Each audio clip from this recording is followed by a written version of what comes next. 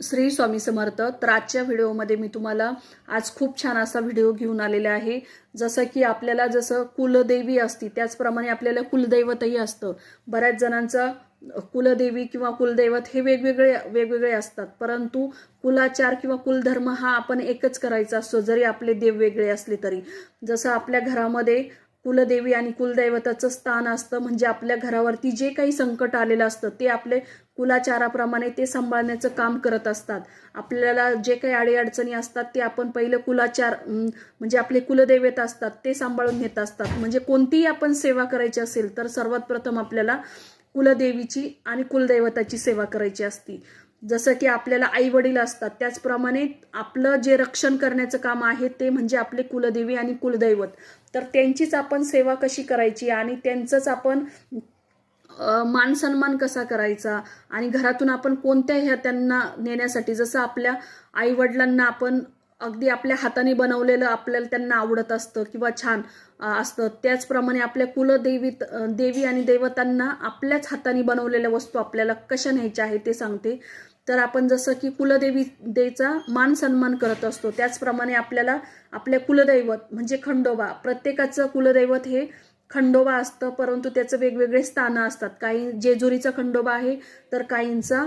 तर सर्वात प्रथम आपल्याला वर्षातून एकदा तरी आपण खंडोबाच्या दर्शनाला आपल्या सहकुटुंब जायला हवे. तर आपण जाताना कोणती वस्तू न्यायची जी मी सांगते तुम्हाला. तर सर्वात प्रथम आपल्याला खंडोबाला जाताना आपल्याला मान सन्मानासाठी आपल्याला एक धोतर जोडी न्यायची आहे, एक टोपी न्यायची आहे, एक उपरणं न्यायचं आहे आणि एक पिवळं वस्त्र न्यायचं आहे. ह्या वस्तू आपण कंपल्सरीच न्यायला पाहिजे. तिथेही भरपूर भेटतं, परंतु ह्या वस्तू आपण आपल्या घरातून म्हणजे अगदी चांगल्या क्वालिटीचं, जसं आपण कपडे छान आपल्याला वापरतो चांगले ब्रँडेड, त्याच पद्धतीने आपण कुलदैवतालाही आपण जसे घालतो त्याचप्रमाणे आपण त्यांना कपडे न्यायला पाहिजे.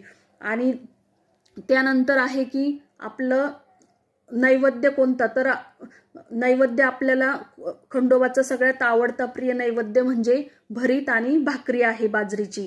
तर आपण ही भरीत आणि भाकरी ही आपल्याच हातातून आपल्याच घरून आपण हा नैवेद्य घरून तयार करून नेला पाहिजे खंडोबाला अर्पण करण्यासाठी.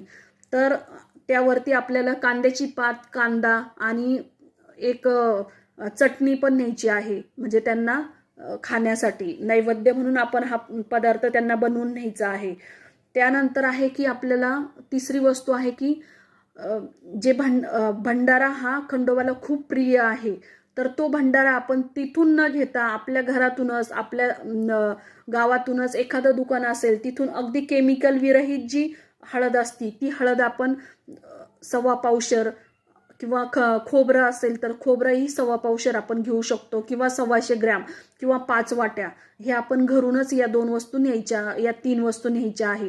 कारण तिथे असं म्हणतात की तिथे गेल्यानंतर जी हळद असती ती हळद ही बऱ्याच ठिकाणी जी अर्पण केलेली असती, बरेच जण लोक वाहतात, तीच हळद पुन्हा परत इकडं रिटर्न विक्रीसाठी ठेवतात. त्यामुळे आपण ही हळद आपल्या घरातूनच अगदी शुद्ध हळद आपण शुद्ध हळद आणि खोबरं हे आपल्या घरातूनच आपण घेऊन जायचं आहे खंडोबाच्या दर्शनासाठी. आणि दवना हे आपण दवना आणि बेलाची 108 पानं दवना ह्या वस्तूही आपण घरातून किंवा तुम्हाला दुकान असेल किंवा तिथेही ह्या वस्तू घेतल्या तरी चालेल, कारण आपली इथं उपलब्ध नसेल. परंतु या 3 वस्तू तुम्ही नक्कीच खंडोबाला जाताना घेऊन जा आणि त्यांचा कुळाचार कुळधर्म जो असेल तो करा. आणि तिथं गेल्यानंतर आपण प्रत्येकाचं कुळाचार वेगवेगळा असेल त्या पद्धतीने तुम्ही गोंधळ घालू शकतात किंवा तिथे गेल्यानंतर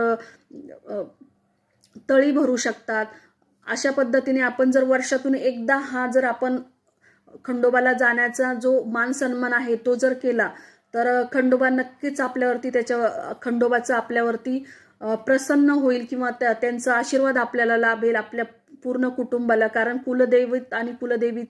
कुलदेवी आणि कुलदैवताचा जर आशीर्वाद आपल्या घरावरती असेल, आपल्या कुटुंबावरती असेल, तर आपल्याला कशाचीही कमी पडत नाही किंवा आपल्याला म्हणजे आपल्या घरामध्ये जसं म्हणजे वाढ होत चालती, आपल्या आईवडिलांचा जर आशीर्वाद आपल्यावरती असेल तर आपल्याला नक्कीच आपली प्रगती होऊ शकायला कोणीही अडवू शकत नाही. त्याच पद्धतीने आपण कुलदैवत आणि कुलदेवीचा नेहमी वर्षातून एकदा तरी मान सन्मान केला पाहिजे. तर या वस्तू तुम्ही नक्कीच घरातून घेऊन जा आणि आपल्या खंडोबाचा तुम्ही मान सन्मान करा.